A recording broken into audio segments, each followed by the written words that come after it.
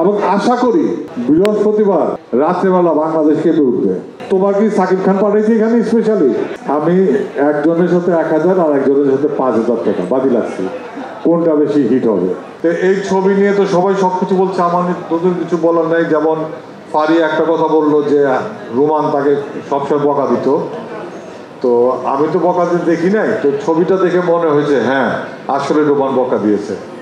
ফারিয়ার লাইফে Faria best acting করেছে জিন 3-তে। Faria is a glamour girl ছিল এতদিন, this time first time Faria become a actress, একজন অভিনেত্রী হয়ে উঠছে এই ছবিতে। যা আপনারা যখন জিন 3 দেখবেন তখন বুঝবেন যে ফারিয়া আসলে সুযোগ পেলে খুব ভালো অভিনয় করতে পারে। এতদিন অন্য সবাই বা আমাকেই বলেন ফারিয়াকে আমরা গ্ল্যামারের ভিতরে রাখতাম, নাচবে গাবে এই একটু মডার্ন থাকবে এই ধরনের। সে যে খুব ভালো অভিনেত্রী এটা আপনারা জিন 3 দেখলেই বুঝবেন। ব্যবধান গানটা আমারই লেখা একটা গান। গানটার কথা যদি বলতে যাই, গানটা আমি প্রায় 3 বছর আগে লিখেছিলাম। লেখার একজন মিউজিক ডিরেক্টর পাঠান, একজন মিউজিক ডিরেক্টর আমাকে বললো কবিতা লিখেছিলাম, দেখবেন এখানে 4টা পার্ট 16টা লাইন আছে গল্পে। গান সাধারণত এইভাবে হয় না। আমি একটা কবিতা লিখেছিলাম, একজন মিউজিক আমার ফেসবুকে পোস্ট করলাম। একজন মিউজিক ডিরেক্টর বললো যে ভাই গান লেখাগুলো খুব সুন্দর, আমি একটু শুরু করতে চাই। আমি কই করো, সে শুরু করে পাঠানোর পর আমি অনেকক্ষণ বকাবকি করলাম, এটা কি শুরু করলা তুমি। তারপর যখন এই ছবিটা আবার শুটিংয়ে যাওয়ার আগে তাকে বললাম যে একটা রোমান্টিক গান লাগে, কয়েকটা কথা বলে কিছু মনে করবেন না, আমি কি বলো, আপনার ওই ব্যবধান গানটা শুনে দেখেন ভালো লাগবে। গানটা কিন্তু আসলেই সবাই পছন্দ করে। তখন শুনলাম, দেখলাম আসলেই তখন ভালো লাগলো। সাথে সাথে ক্যাচ করলাম, ফারিয়াকে শুনেলাম, সজলকে শুনলাম, ডিরেক্টরকে শুনেলাম, তাদের সবারই ভালো লাগলো। তারপর গানটা আমরা রেকর্ডিংয়ে গেলাম। এই 3 বছর পর আইসা আমার আজকে মনে পড়ছে এই গানকে আমি লিখছি। আমার লেখার ধরন তো এত না, আমি তো এত সুন্দর লিখতে পারি না। আমি নিজেও কনফিউজ, আমি এইরকম একটা লেখা, ডিপ একটা লেখা কীভাবে লিখলাম। আমার লেখা থাকবে জিন, থ্রিলার, এই জাতীয় লেখা। আরেকটা জিনিস বললো যে উনি জিজ্ঞাসা করলো যে বাংলাদেশে এরকম ফ্র্যাঞ্চাইজ আরও আছে কিনা। বাংলাদেশে ফ্র্যাঞ্চাইজ 3টা ছবির ফ্র্যাঞ্চাইজ আছে, একটা হলো পোড়ামন, অগ্নি এবং জিন। বাট পোড়ামন 2টো হয়েছে, অগ্নিও 2টো হয়েছে। বাট জিন 3 ফার্স্ট টাইম যে ক্রস করলো সবচেয়ে উপরে ফ্র্যাঞ্চাইজ জিন 3। ইনশাল্লাহ আমরা সামনের বছর জিন 4 নিয়ে আসবো, আপনারা দোয়া করবেন। এবার আর পুরস্কার যাবো না, প্রমোশনের বিভিন্ন ধাপ থাকে, বিভিন্ন স্টাইল থাকে। এবার প্রমোশনের নতুন কিছু নিয়ে, গতবার ওইটা নতুন ছিল, এবার প্রমোশন নতুন যেটা নিয়ে আসছি, গান open for everybody. This is the first time in the world I think. এরকম একটা বড় গান, বড় সিনেমা, বড় প্রজেক্টের একটা গান, একটা বড় একটা গান কেউ কখনো পৃথিবীর কেউ কখনো এইভাবে ওপেন করে দেয়নি। কেউ কখনো এইভাবে Google MOV file, move file দিয়ে দেয়নি, গুগল ড্রাইভ লিঙ্ক দিয়ে দেয়নি। This is the first time নিয়ে আসছি। আর এবার কোনো পুরস্কার যাচ্ছেন যাওয়ার সময়টাও নাই।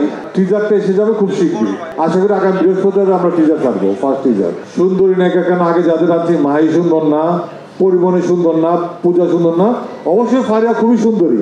আগামীতে সুন্দর পাবো না এটা ঠিক না। আরো নতুন বাংলাদেশে সুন্দর মেয়ে নাই, অনেক সুন্দর মেয়ে আছে। ফারিয়া সুন্দরী ট্যালেন্ট, বাট বাংলাদেশে অনেক সুন্দরী মেয়ে আছে যেটা পাওয়া যায় না। সুন্দরী এবং ট্যালেন্ট দুইটা একসাথে পাওয়া যায় না। সব কিছু একটা কমপ্লিট প্যাকেজ। শুধু সুন্দরী হইলে চলে না, সুন্দর হইতে হবে, ট্যালেন্ট হইতে হবে, ভালো নাচতে হবে, ভালো কথা বলা জানতে হবে। শুধু সুন্দরী ট্যালেন্ট হইলেও কথা বলতে পারতেছেন আপনাদের সামনে এসে। সব কিছু আমরা একটা মেয়ে কি ইন্টারভিউ, সাংবাদিক কেমন ফেস করে সেটাও দেখি, চেক করি আমরা। সব কিছু মিলে পাওয়া গেলে আবার নতুন কেউ আসবে ইনশাল্লাহ।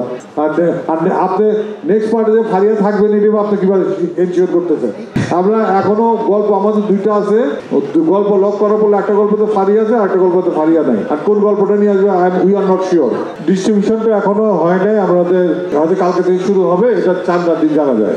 এর আগে জানা যায় না কখনো। কোনো সিনেমায় বলতে পারবে 4 রাত রাত পর্যন্ত কয়টা ফাইনাল হলো, কারণ টাকাটা আসে, টাকাটা না আসে বলতে হল ফাইনাল হয় না। 4 রাত পর্যন্ত টাকা আসে।